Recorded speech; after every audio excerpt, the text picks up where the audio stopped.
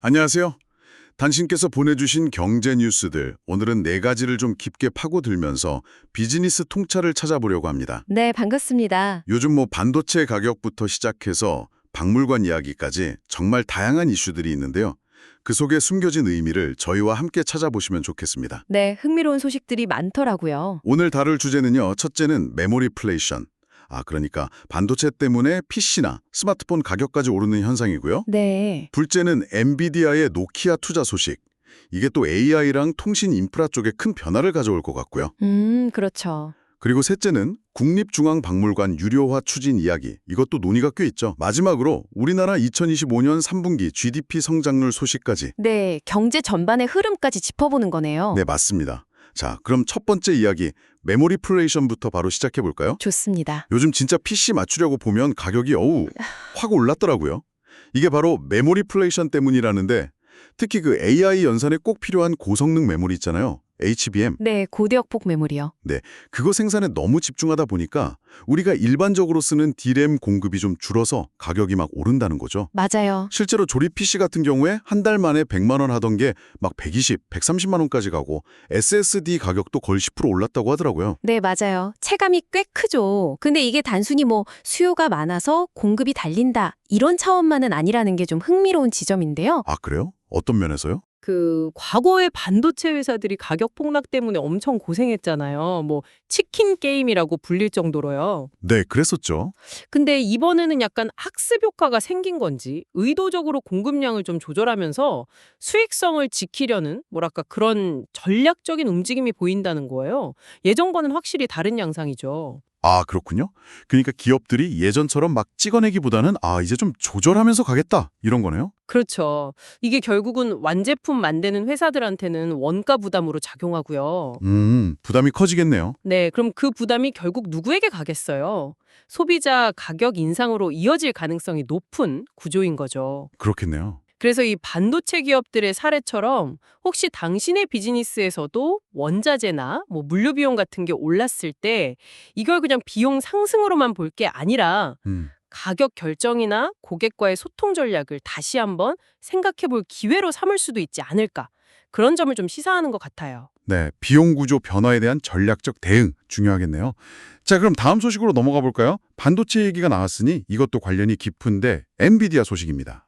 엔비디아요. 네, 엔비디아가 노키아에 무려 10억 달러를 투자했다고요. 지분도 한 2.9% 확보하고 네, 큰 규모죠. 이걸로 5G 넘어서 6G 통신 인프라랑 AI 칩을 같이 개발한다는데 발표 장소도 워싱턴 DC였고 미국 내 생산 강화 얘기도 나오고 이게 뭔가 좀 전략적인 행보 같아요. 맞습니다. 이건 엔비디아가 단순히 그 칩 설계만 잘하는 회사가 아니라 이제는 칩 생산, 더 나아가서 통신 인프라 생태계까지 다 아우르려는 뭐랄까 통합 전력으로 봐야 할 것 같아요. 생태계 전체를요? 네, 특히 미국 경우구익 지수의 규권 강화 정책이랑 딱 맞아 떨어지는 움직임이거든요.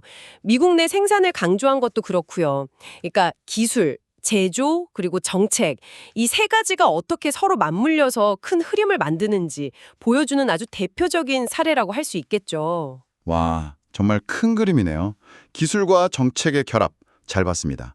자, 이번에는 우리 생활과 좀 더 밀접한 이야기로 가볼까요? 국립중앙박물관 이야기입니다. 박물관 유료화요? 네, 2027년부터 상설 전시를 유료로 바꾸고 그 전에 2026년에는 예약제를 먼저 도입한다고요. 연간 관람객이 500만 명 넘으면서 너무 붐비고 편의시설도 부족하다는 얘기가 계속 나왔었잖아요. 네, 맞아요. 이게 사실 단순히 요금을 받는다, 안 받는다, 이런 표면적인 문제라기보다는요, 공공문화시설의 운영 방식 자체가 변화하고 있다는 신호로 읽어야 할 것 같아요. 운영 방식의 변화요? 네. 그러니까 재원을 좀 더 확보해서 관람 환경이나 서비스 질을 높이려는 목표가 있는 거고요. 그 과정에서 기존의 공공시설 이꼴 무료라는 인식을 좀 바꾸려는 시도인 거죠. 그렇군요. 단순히 돈 문제가 아니라 서비스 질 개선과 연결되는 거네요. 그렇죠. 이게 또 파급 효과가 있을 텐데요. 관람객들이 박물관을 선택하는 기준이 달라질 수도 있고요. 그렇죠. 주변 상권이라든지 아니면 연계된 관광 산업에도 분명 영향을 미칠 거고요. 어쩌면 박물관 멤버십 같은 뭐랄까 새로운 마케팅 전략이 나올 수도 있겠죠. 네, 여러 가지 변화가 예상되네요. 자, 그럼 마지막 소식입니다. 우리 경제 전체에 대한 이야기인데요. 2025년 3분기 한국 GDP 성장률입니다. 네, GDP 소식. 전기 대비 1.2% 성장해서 이게 1년 6개월 만에 가장 큰 폭으로 증가했다는 아주 반가운 소식이에요. 오, 꽤 높게 나왔네요. 네, 민간 소비가 1.3%, 설비 투자 2.4%, 수출도 1.5% 늘면서 내수랑 수출이 같이 회복하는 모습을 보였어요. 이건 분명 긍정적인 신호죠. 내수와 수출 동반 회복이라니. 그렇죠. 하지만 마냥 좋아할 수만은 없는 게 건설 투자는 여전히 좀 부진하고요. 또 4분기 실적이 어떻게 나오느냐에 따라서 연간 성장률이 1%대에 머물 수도 있다는 점도 기억해야 해요. 아직 안심하기는 좀 이르죠? 아, 네. 그런 부분도 있군요. 네. 기업 입장에서는 소비 심리가 좀 살아나는 것 같으니까 기회일 수 있는데 동시에 요즘 물가가 많이 올라서 소비자들이 가격에 굉장히 민감하잖아요. 맞아요. 정말 민감하죠. 그러니까 가격을 정할 때 아주 신중해야 하고 또 왜 이 가격을 내야 하는지 그 가치를 잘 전달하는 게 중요해졌어요.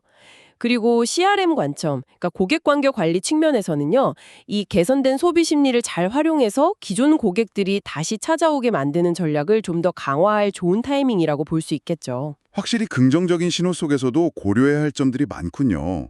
자, 오늘 이렇게 4가지 소식을 쭉 살펴봤는데요. 반도체, AI, 통신, 문화, 거시경제. 분야는 다 다르지만 뭔가 관통하는 흐름 같은 게 보이는 것 같아요. 네, 저도 그렇게 느꼈습니다. 첫째는 결국 공급 제약과 가격 상승 압력에 어떻게 대응할 것인가 하는 문제. 그렇죠. 둘째는 기술, 제조, 정책이 서로 어떻게 융합되고 영향을 주고받는가. 네, 엔비디아 사례가 딱 그랬죠. 그리고 셋째는 공공 서비스의 운영 방식 자체가 어떻게 변해가고 있는가. 박물관 사례처럼요.